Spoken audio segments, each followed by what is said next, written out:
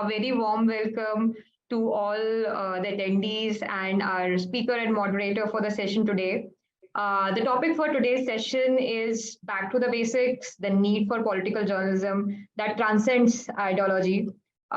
We plan to focus on what challenges confront the political journalist of today and tomorrow, and how the journalist can triumph, or they have been triumphing over these challenges for more insightful and informed reportage that covers our larger society rather than addressing echo chambers. Our guest for today's session is Ms. Marya Shakil. So Ms. Shakil is the senior political editor for CNN News 18. She has a very rich experience of over 16 years in the field of journalism. She's an award-winning journalist, has won the prestigious Ramnath Goenka Award in politics and government category. And her show has won multiple ENBA and News Television Awards. She joined CNN after completing her master's in mass communication from Jamia Millia. She also won the Chevening South Asia Journalism Fellowship, and human interest stories are her forte, and traveling in the Hindi heartland is what she likes the most. We are very delighted to welcome you, to have you, Marya. Thank you. Thank you. Our moderator for today's session is Dr. Vikas Pathak. So he's a seasoned political journalist and has been in academia for quite some time now. He was used to work as a faculty member at Asian College of Journalism and has now joined the Geo Institute Journalism program as a faculty member. He has a PhD from Jawaharlal Nehru University, New Delhi, and has authored a widely reviewed book, Contesting Nationalism. He is also a columnist with CNBC, First Post, CNBC Awaz. He has over 16 years of experience, has worked as deputy political editor with Hindu, Outlook, and many other political news organizations. Moving ahead, so today's session, as you might know, we are conducting this First in Media talk series, through which we are actually inviting India's leading journalists and having a fireside chat conversation with them on the burning topics in the field of journalism. And this has been organized by our journalism program of Geo Institute. So a little about the institute. This is a multidisciplinary higher education institute, which is set up as a philanthropic initiative by Reliance Foundation and Reliance Industries. Currently, we are offering admissions in 4 full-time postgraduate programs, PGP in Artificial Intelligence and Data Science, PGP in Digital Media and Marketing Communication, PGP in Sports Management, and PGP in Journalism. This is the view of our campus, an aerial view of our campus. We are located in Navi Mumbai, overseeing the Arabian Sea. A little about our journalism program. So we offer a 1-year full-time on-campus postgraduate program in journalism. This has a futuristic curriculum with study abroad module, multiple industry projects and internships.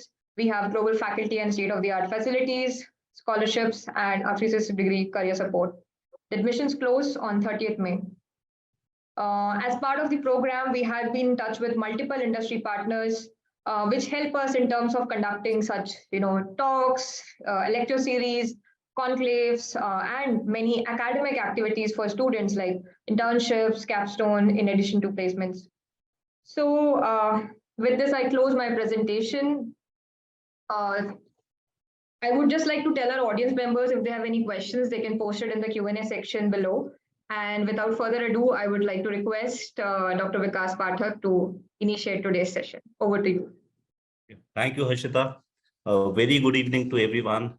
And this is our third fireside conversation with leading journalists of the industry. And so far as Marya Shakil is concerned, you see her every evening at 7 o'clock again. This evening, you'll see her. And Marya and I actually go back a long way. We used to cover politics together. I was a print journalist. She was a television journalist. So, well, it's been a journey that we'll discuss and a journey that we have both undergone. She's still undergoing it. I have, sought voluntary retirement for the moment. No, not really. I think you're acting with journalists and teaching future journalists. So yeah. I think you have lots to share to them. Yeah. So today we'll be discussing political journalism because I think it's my subjective opinion. It might be the most exciting, kind of journalism that one can do. Perhaps because I have also done it. And Marya, of course, is one of the leading practitioners in this field. So, well, Marya, since this is also the kind of journalism that is much talked about and people are very interested in it, the audience is the biggest when it comes to political journalism. So, well, so far as I remember, you have been covering national politics for clearly more than 10 years, because I remember we first met in the BJP national office around 2011 or something. Yes. And since then, I saw you covering it.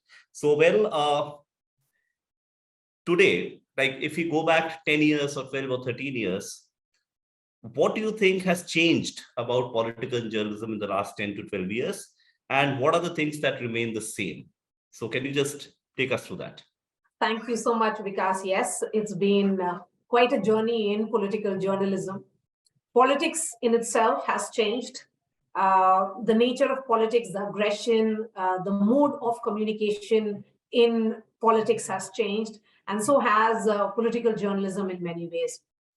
Look, because when I started, my journey as a journalist, I remember making that call to Rajdeep Sardesai, who was starting CNN News 18, and I said, I want to be a political journalist. So, fresh out of college, MCRC, you cannot get opportunity as a political journalist. Everybody knows that. So I started working as someone who was part of the research team of Mr. Sardesai and started writing political obituaries. So basically that gave me a chance to look into journeys of politicians. So I think, that was a learning experience when you try and understand politics through their journeys. And then, if a politician has had 50 years, 60 years of career, then how do you bring it down to a 2.5 to 3 minute long story when it is an obituary that has to be written on him or her? That was the challenge, and I thoroughly enjoyed learning that. Because if you remember, even today, the Time magazine comes out with the most interesting obituaries on people. And that art of writing an obituary is supposed to be the most interesting form of storytelling. Nobody, talks about it today because the journalism in itself has shifted and changed drastically. But then I started doing that. I was very old world. So, and then I moved from one team to another, reporting, and then finally to National Bureau, which was supposed to be covering politics. So what has changed in politics or political journalism, I would say? When we started covering politics, there were always seniors above us. We were believed to be learning politics or learning to understand political journalism. It was lots of hard work in terms of sitting with politicians, trying to understand their mind, making that effort in knowing their struggles, knowing their ideology. So as someone who was covering the BJP as a beat, it was important for me to understand RSS, their ideological fountainhead. So what does it mean? And the entire journey of the BJP from 1980 onwards. And before that, the RSS, the Jan Sangh. We made that effort. Unfortunately, today it is just about giving lives, and that journey in which you make an effort in comparing politics or learning various ages in politics, that is missing now. And political journalism right now, when you talk about it, is very ideologically driven, in the sense that if you tend to be ideologically left, then everything that is happening here in the current system, you dismiss it. So the basic principle with which we began journalism, Vikas, was about seeing it and saying it. That was what we followed then. And as someone who's a political journalist, I follow it even today. So when you go and see it, you have to say it. Keeping your likes and dislikes at home is important. Unfortunately, that's not happening now. Yeah. No, that's very interesting. And of course, it was a brilliant beginning to a career writing obituaries. What was the first obituary you remember having written? Arjun Singh, Oh, then yes. education minister. Yes, Arjun Singh. Yes. Yes. He also wrote a book, towards the end of his life, Mohe Kahan Vishram. हाँ. So Yeah. वो बहुत ही अच्छा process था, क्योंकि a politician's journey is not just about his journey in power. A politician's journey is about the bad days, the good days, the highs and the lows. And that's why we say never write off a politician, because they have the art of making comebacks. And these are people who are constantly in touch with the janta. And they read the wind much before everybody else. So while the present day young journalists, I would say, who have just entered the profession, maybe 3 years into it, or 10 years, I would also say, they have this habit of writing off politicians. And I think that's where the problem is. They have it very tough. If you realize that being a politician is about 16, 17, 18 hours of hard work, being out there, bheed mein, barsat mein, garmi mein, then you will start looking at them with a different lens. That's what I did. And I think that happened also because I came from a political family. So I started viewing politics with a different prism. And when you watch it, you realize that this is one of the toughest professions. So politicians are, they may be having different hues, different colors, based on their ideologies. Some may not have an ideology at all. They keep switching parties. But whatever said and done, when you read a politician, give yourself time, because the fact that a politician has become a politician or a leader means that they have had a struggle of 30, 40, 50 years. So you have to view politics with a different prism, is what I've always believed in. And I think that also happens because sometimes your background helps you understand politics differently. I come from Bihar. ये कहा जाता है कि बिहार और UP के लोगों में natural tendency होती है of understanding politics and its nuances. So शायद because of that, I was able to read the trends. And I take great pride in saying that I would have read just about 90% of election trends right since 2012. Yeah, no, you are very right. In fact, the very interaction we have with politicians is so fascinating. Yes. In fact, I'll tell you what, at least in 2 cases, I remember when I first met Mr. Rajnath Singh, he asked me my name, and then he asked me, where do you come from? And he had seen my village. When I told the village, he said, yes, I visited it. So the same happened with Janardhan Dwivedi. In fact, our friend Nistula Hebbar told us that Mr. Advani was the first one. The moment she told her name, he said, you come from this part of India. Yeah, Mangalorean, right? So yeah, that's very interesting. So that is the old grind of political journalism. Yeah, where you travel with them. I still say that all of us, are still old world journalists. Yeah. Old school political journalists who made an effort in knowing a politician, in understanding their journeys, in understanding their ideologies, in understanding their views on subjects, and then going back in time. So let me give you an example here. Because, as a reporter who covered BJP since, decades, I would say, you understand that why they say 370, why they pushed for it. Because in all the manifestos of the party, 370, abrogation of 370 was mentioned. So if anything, they were living up to the commitment what they have been making since the inception of the party.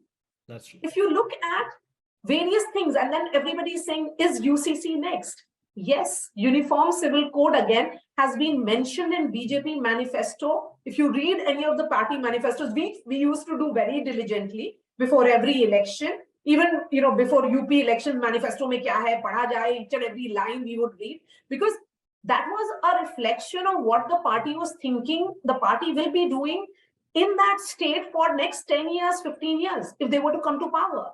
So I think the roadmap of a party depends on the thought that they put in it. There's a lot of effort that goes into making a party manifesto. So when And we keep talking about that, this is happening, there is a polarizing debate, all that. You look at it, you realize that this is the way the party's founders thought about the direction in which they would want to take their own political party. So then you realize that, get it right in the sense that, yes, it will happen because this is the way BJP has been thinking. So is the case with the Congress. So I think when you realize that when you have covered a political party which is so ideologically driven, which is so rooted in its thinking, they will obviously have that kind of a push when they come to power. So governance and political party are very in the case of the BJP, the party that I cover, is very much interlinked. Right now, BJP is acting like an extended arm of government in which welfare policies or various policies of the Modi government is being communicated by the party through the cadre to the last man standing. So that entire linkages is being built also because this is a very cadre-driven, ideologically rooted political party. Yeah. Okay. Yeah, you're very right. That's very interesting. In fact, now because many of the viewers of this show might be young people, well, of course, we are talking about a kind of political journalism where you talk to politicians. You covered rallies in the blazing sun. Yes. You would sometimes, take a chartered flight with a politician and talk to them, or in an Air Force chopper. Later, what happened was that the social media came in, and we are people who saw the coming of the social media as we were political journalists. In fact, I remember all the BJP correspondents turned to Twitter when once the late Sushma Swaraj said that I will not talk to you off the record because you people misinterpret me. Yes, because that happened when we were... Hamid Ansari Saab ke time pe. Hamid Ansari Saab. The vice presidential elections. Yes. Yeah, I remember. Yeah. Yes. So after that, she happened in Parliament. Yeah, all of us were present there. Yeah. And we were with Sushma ji trying to understand the strategy of the BJP. Yeah. What was the strategy? What was the thinking as to why they were fielding a particular candidate? I think that was before... In fact, they had not decided a candidate yet. She was asked, who can it be? She said, we'll look for a consensual figure. And then, she said someone who's acceptable to all and has a stature. And then the news report came that Mr. Hamid Ansari does not have stature. And she was very angry with that. So remember the next day she told us, I am now going to take to Twitter. All the information that I give will be via Twitter, and we all jump to Twitter. So coming back to the question, with the social media, with so many things now, not things that the journalist meets the politician and gets to know. We also check Twitter. So it's possible that an engineer may get to know what the Prime Minister is doing or where the Prime Minister is going as fast as you or I can get to know. So how has the social media changed political reportage?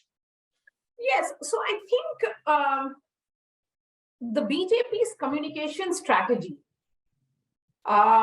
has led to the change of political journalism in many ways. And that starts in 2012, after Mr. Modi wins Gujarat.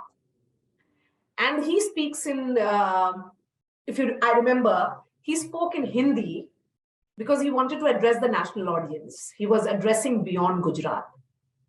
Post that, he started communicating with the people of India, irrespective of mainstream media.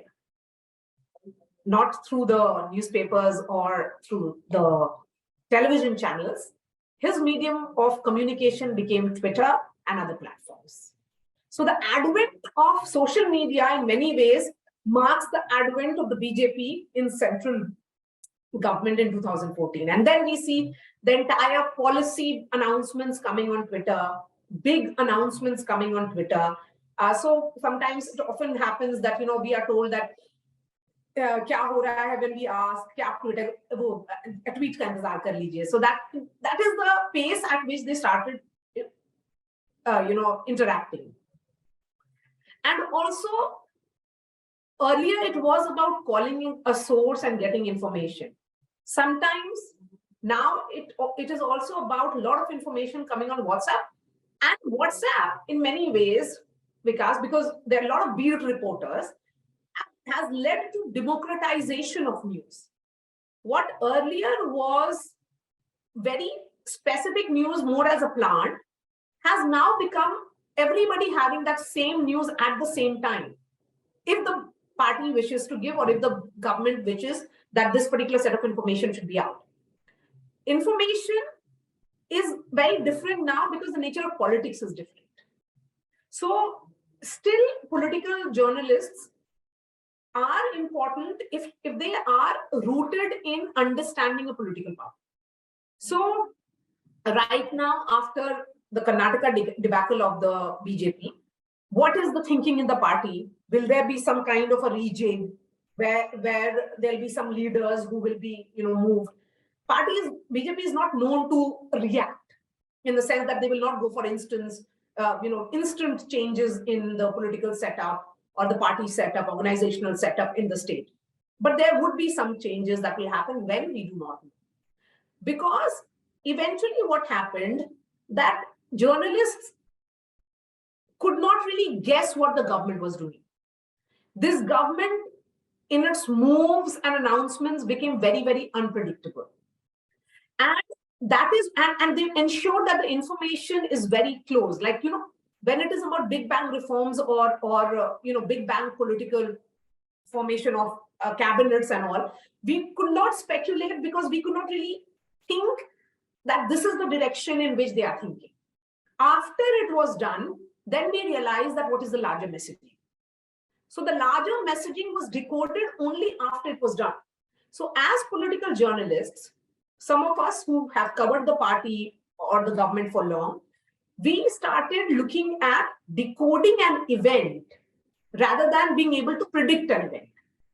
So when the BJP right now went for massive reshuffle in the parliamentary board, which is the highest decision-making body of the BJP, there were so many names that came in that list that nobody had anticipated, that we had to even Google and try and find out who these people were.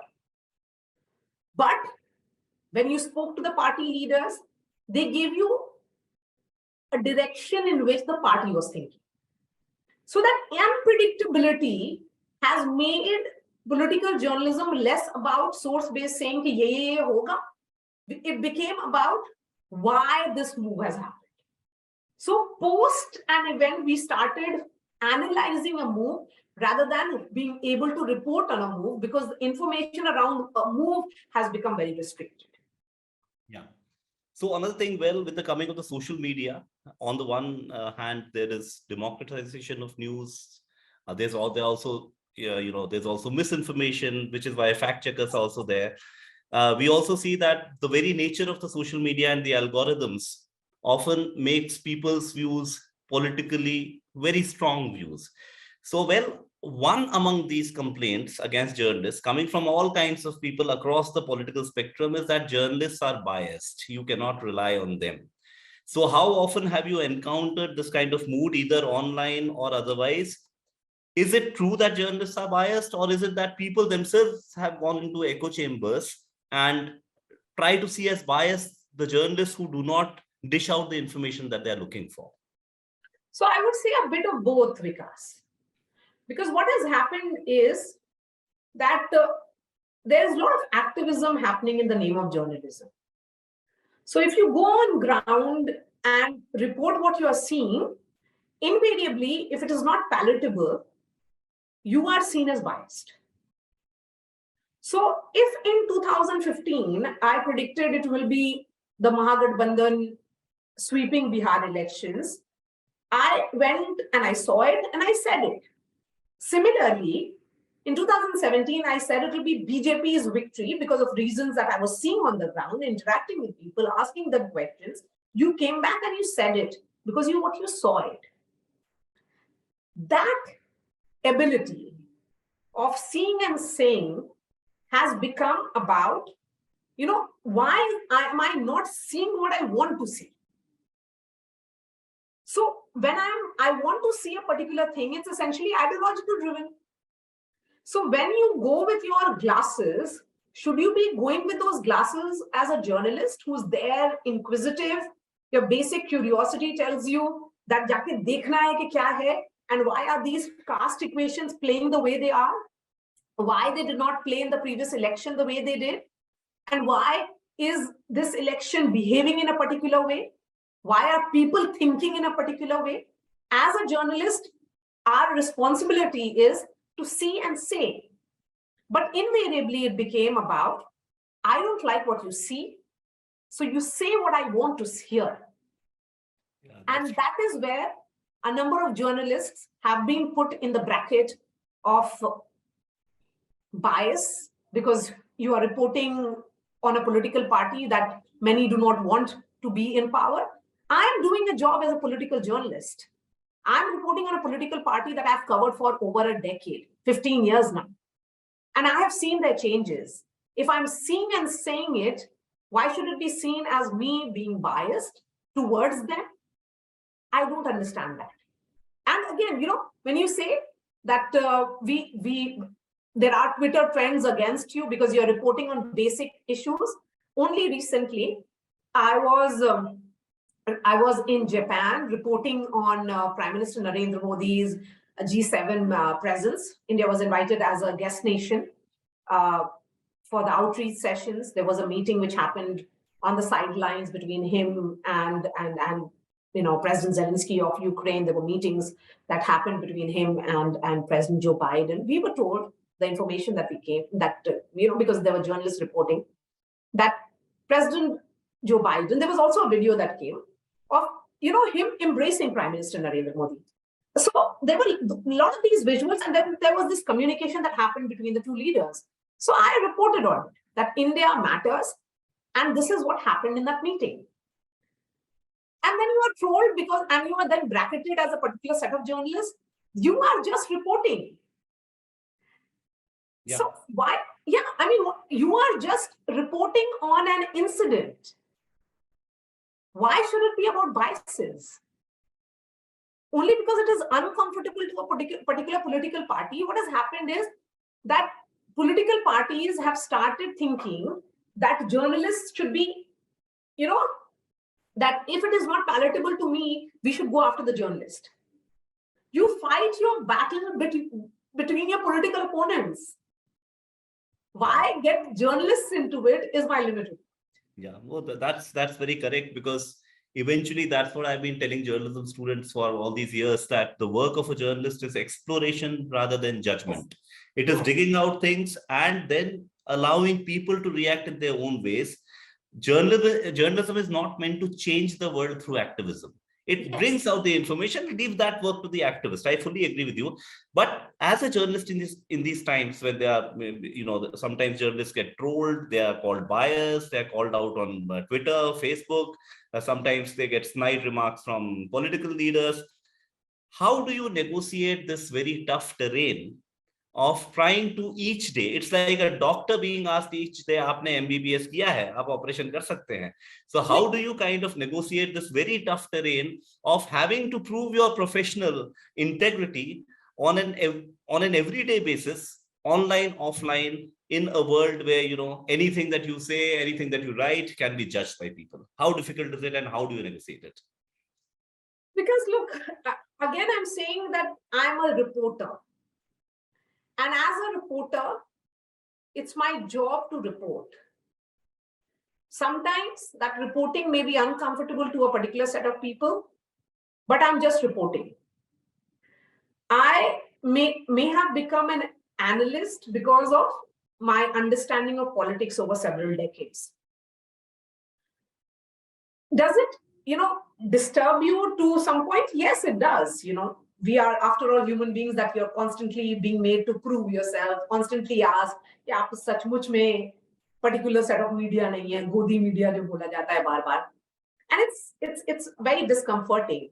But then you also realize that because it is not about, because sometimes it is not what people want to see at times. What is a job of a political journalist? If I'm going to a poll-bound state, I, recently went to Gujarat during elections. I was in UP. I've been just in every assembly state, every state during the assembly elections for the last 10 years. What is a job of a political journalist or any journalist reporting on elections? You go interact with people, try and understand trend, try and understand their voting preferences, and then you say that this particular person is talking about this, and the inference is this, and leave it there. You're not saying that this particular party is winning or this particular party is losing. So let me give you a small example. UP elections happen. What is visible? That women are talking about safety security, and in the villages of UP, they're talking about ration. शहर में शासन, गांव में ration. ये बात हो रही है. Now, forget about everything. Whether Kisan Andolan was an impact or not. There are certain pockets in Uttar Pradesh we'll go and understand. Maybe people will say, after 5, 10, 20, 30 minutes, when people become comfortable and they realize that I'm not there with an agenda, they also realize that I'm not a surveyor. That is when people come out openly and discuss it. So they come, they talk, you as a political TV journalist, record it, and then you run it. The questions that you ask should be about exploration. It's about curiosity. As a political journalist, I'm extremely curious in understanding various demographics. Why women vote in a particular way, why youth votes in a particular way, why a particular generation which used to vote in a different way has started voting this way. And then there are beneficiary class. There is a particular vote which has emerged, which is the Modi voter, which is voting on brand Narendra Modi. So you understand and you try and decipher all this, and then you put it across. If it is unpalatable, then you are seen as biased. I'm glad that the Twitter has gone ahead and increased the character numbers. Yeah. So you don't have to say this, but this is also said.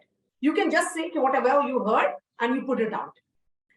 Every election, you invariably get trolled because what you are saying may not be liked by one side or the other. So it is now part and parcel of political journalists, that you are prepared for it, and beyond a point you realize that you can't do much about it. Because if you're doing a job with honesty, and honesty means essentially, Vikas, that whatever you're saying, that's where it stops. Sometimes you like it, sometimes you don't like it. Sometimes people attach motives to it, and rightly so. This is the way the world functions. And then you face the brickbats, a lot of it. But when you get trend right, it gives you immense pleasure because you are able to understand some shifts which people with fixed parameters of watching politics are not able. So if you are able to read, the parameters of politics, how it used to be reported to now what is being reported, being open to ideas. I mean, the problem begins when we tend to be closed. कि हम और आप अगर बात कर रहे हैं, मुझे जो आपकी बात है वो एकदम ही पसंद नहीं, सब प्रॉब्लम होती है. हम और आप बात कर रहे हैं, so whatever your views are, you share with me. I'm there to listen. I'm a listener. I'm a watcher. Fly on the wall हम लोग सीखे थे ना विकास. Yeah. You are the fly on the wall. Just don't take yourself so seriously and say, okay, no, I'm going to be a participant. You're not a stakeholder. You're just watching and talking about it. That's it. Yeah. So, by the way, anyone in our audience who wants to ask questions can actually post the questions because we'll be taking some questions towards the end. Okay, back to you, Marya. So when you've talked about a kind of a polarization in terms of how journalists are looked at, how far do you think the advent of the social media and the ubiquity of the social media itself is responsible? Because structurally speaking, the kind of algorithms that are there, they kind of push you towards echo chambers. It's possible that you get what you want to see, and that actually polarizes the audience more. So do you think there's something about the social media itself, rather than the intent of individuals, that leads to this kind of a disbelief, lack of faith in anyone who's observing something and telling you that? Yes, I agree. I mean, echo chambers are driven by some set of people. It's driven by both the sides. They are comfortable with their views, little intolerant to the other view. It happens both the sides. I would say, it's not, about a particular set of people only. But echo chambers impacting journalists, that is actually true, Vikas, but again, I'm saying there are reporters who have been covering politics for years. Reporters, I'm saying again, reporters.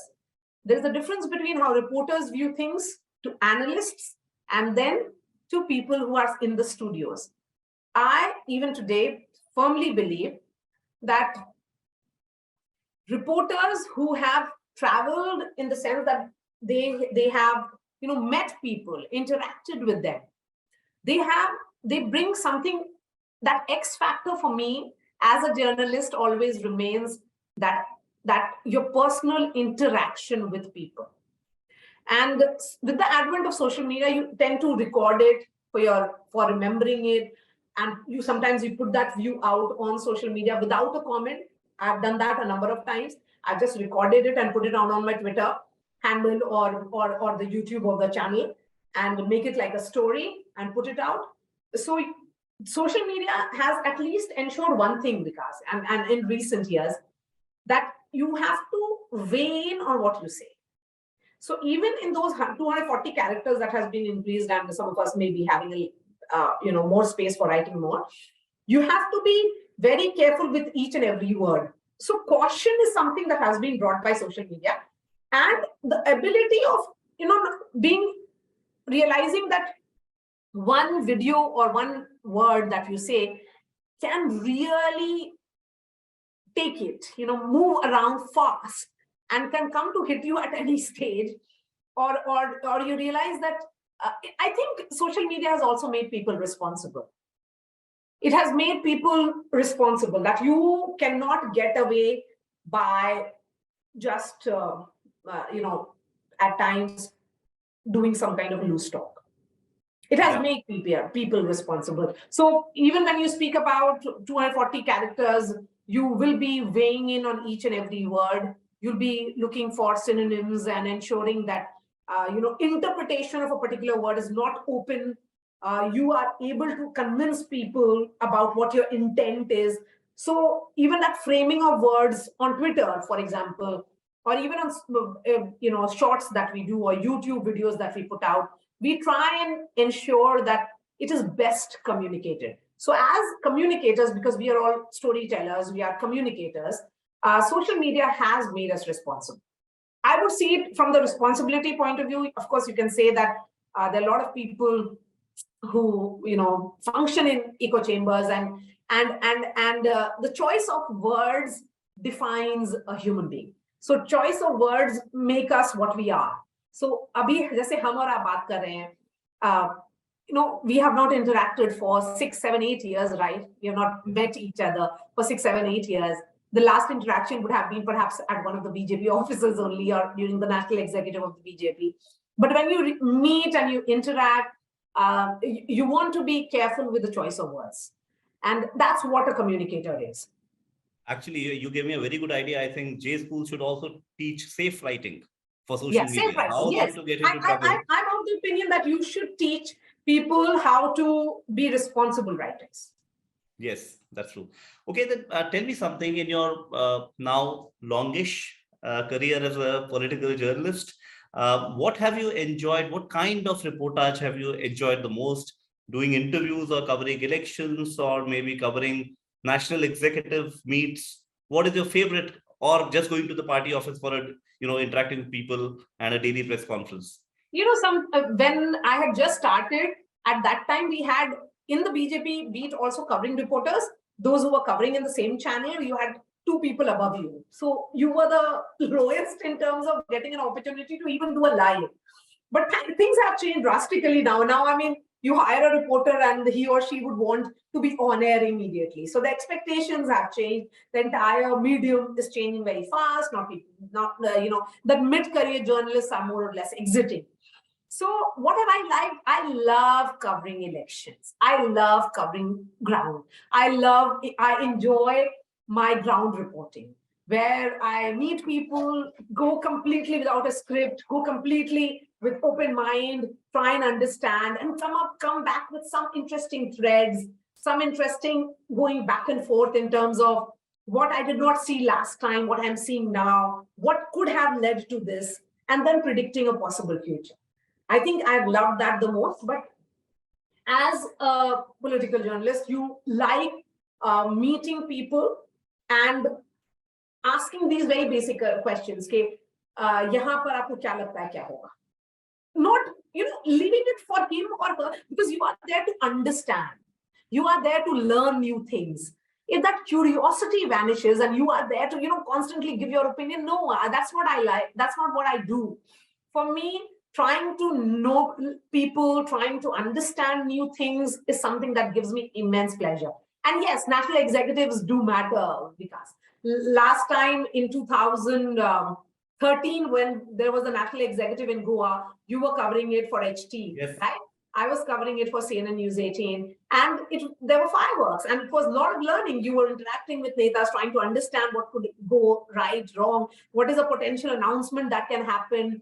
When Mr. Modi was announced as the campaign committee chairman for 2014 there, so you saw that unfold right before your eyes. And when people say, why don't you write? Because you have interacted with so many politicians, you know their mind, because they change just as you do.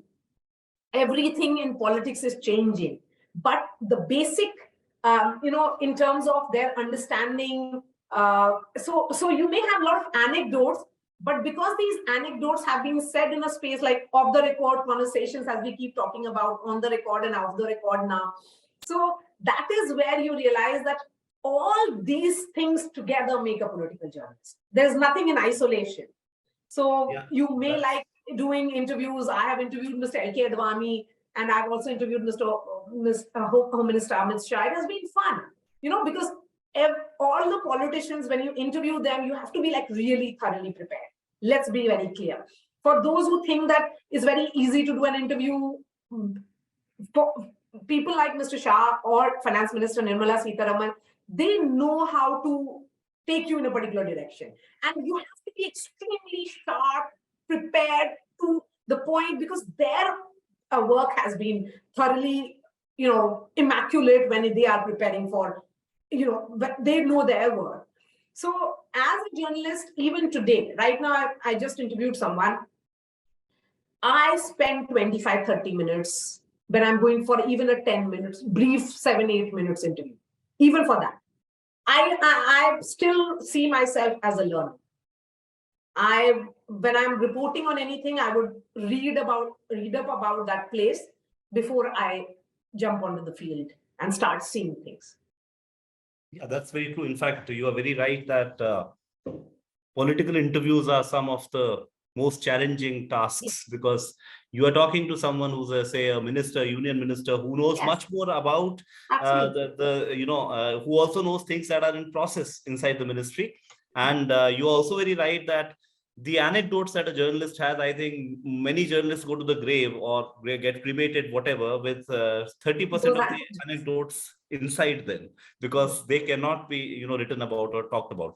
Marya, we also have some questions, which I think you would love to take. Let's begin with a student. Good afternoon, ma'am. I'm Sneha, a journalist student from Delhi University, and my aim is to be a political journalist only. And that's why I wanted to ask, what can be the right way to enter political journalism, and how can we understand it better and in depth?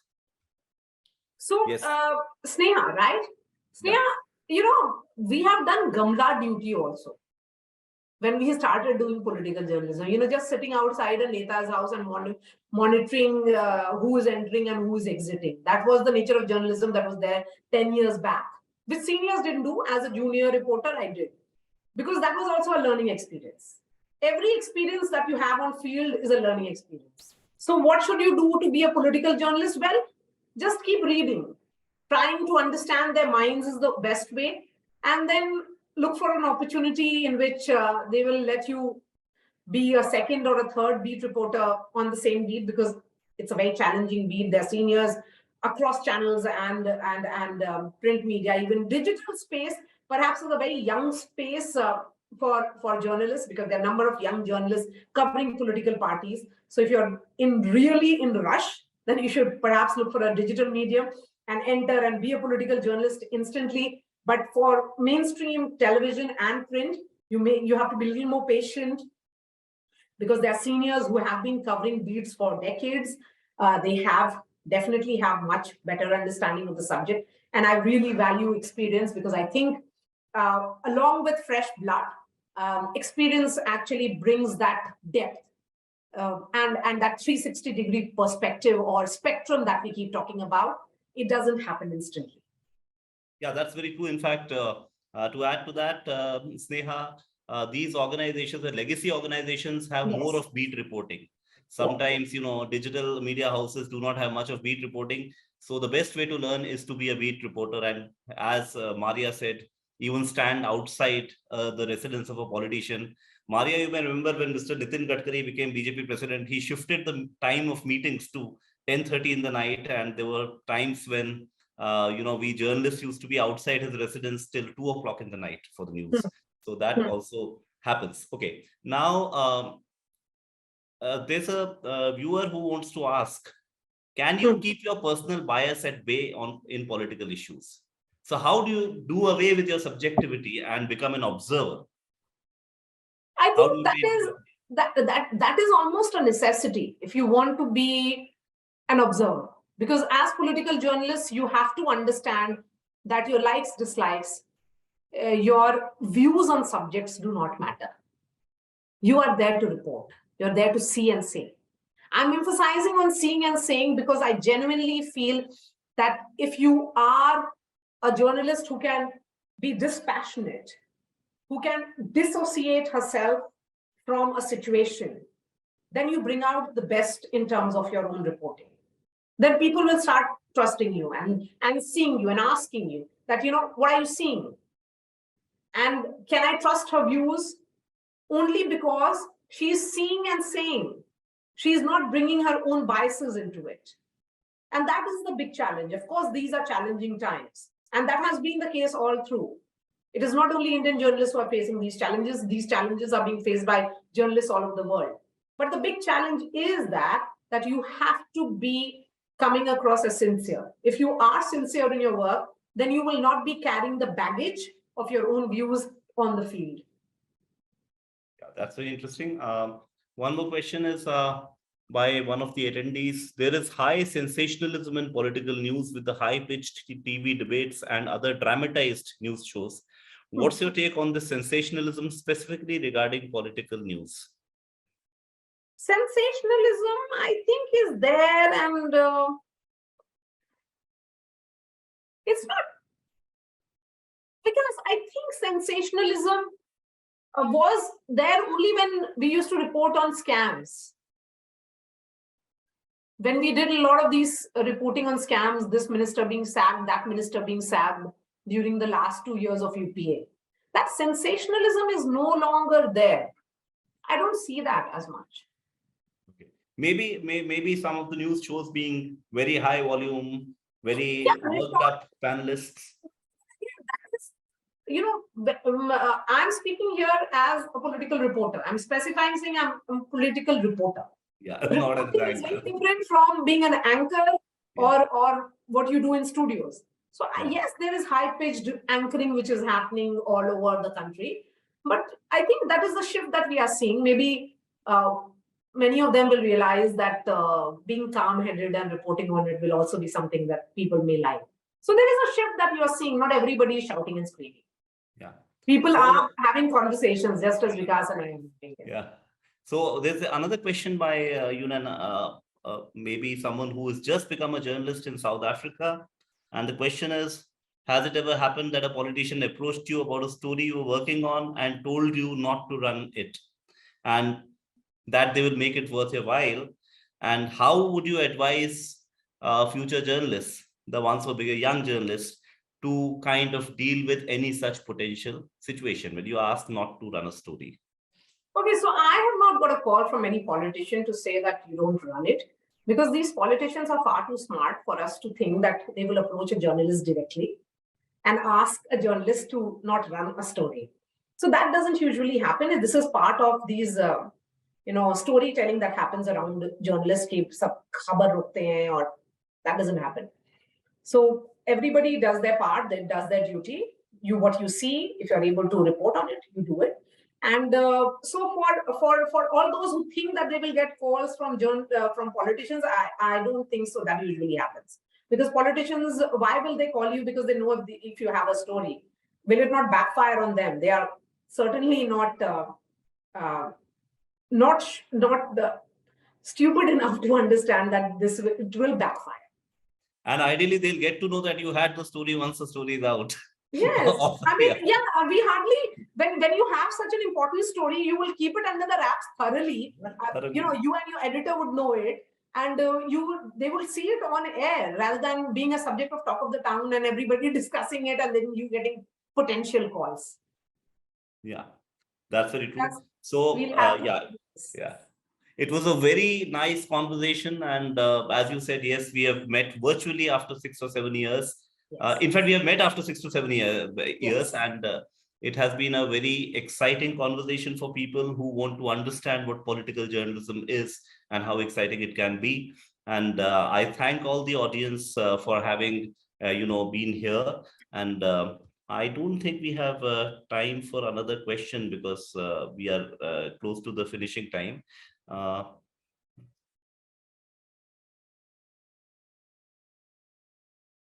Yeah, it's a similar question. Now the questions are becoming, do you think journalists are protected enough in general? Can you actually quickly answer that question? Because protected enough in the sense? In the sense that of course, sometimes a freelancer here or there faces a threat from, say, some sand mafia or whatever. So generally people see that as, happening to journalists. So journalists as such, and maybe mainstream journalists like you, do you feel that there's enough protection when you do a story? Are there any threats? That is what the person wants to know. So the organization is standing with you. If a story is sanctioned, till the time it is out, the organization stands with you. And if post that story goes on air, if there are defamation cases or potential legal cases, then it's the organization which is fighting for you. Yeah, that's very true. And let me also tell the viewer that it's not that easy to threaten a journalist. Sometimes it happens in the hinterland somewhere that a person who's a freelancer gets bullied, but that will not generally happen. None of us has faced it in our lives. Yes. So thank you so much, Marya. And I would request Harshita. Yeah. You want to say something, Marya? Yes, thank you so much. It was a pleasure speaking to you, Vikas. A fun, as always, we used to have long chats at the BJP office. Trying to understand your mind, and we also planned to write a book which never took shape.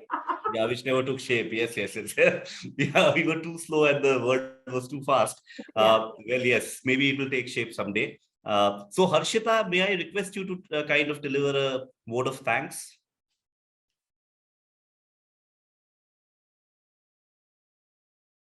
Yeah, thank you so much for the conversation today, Vikas and Marya.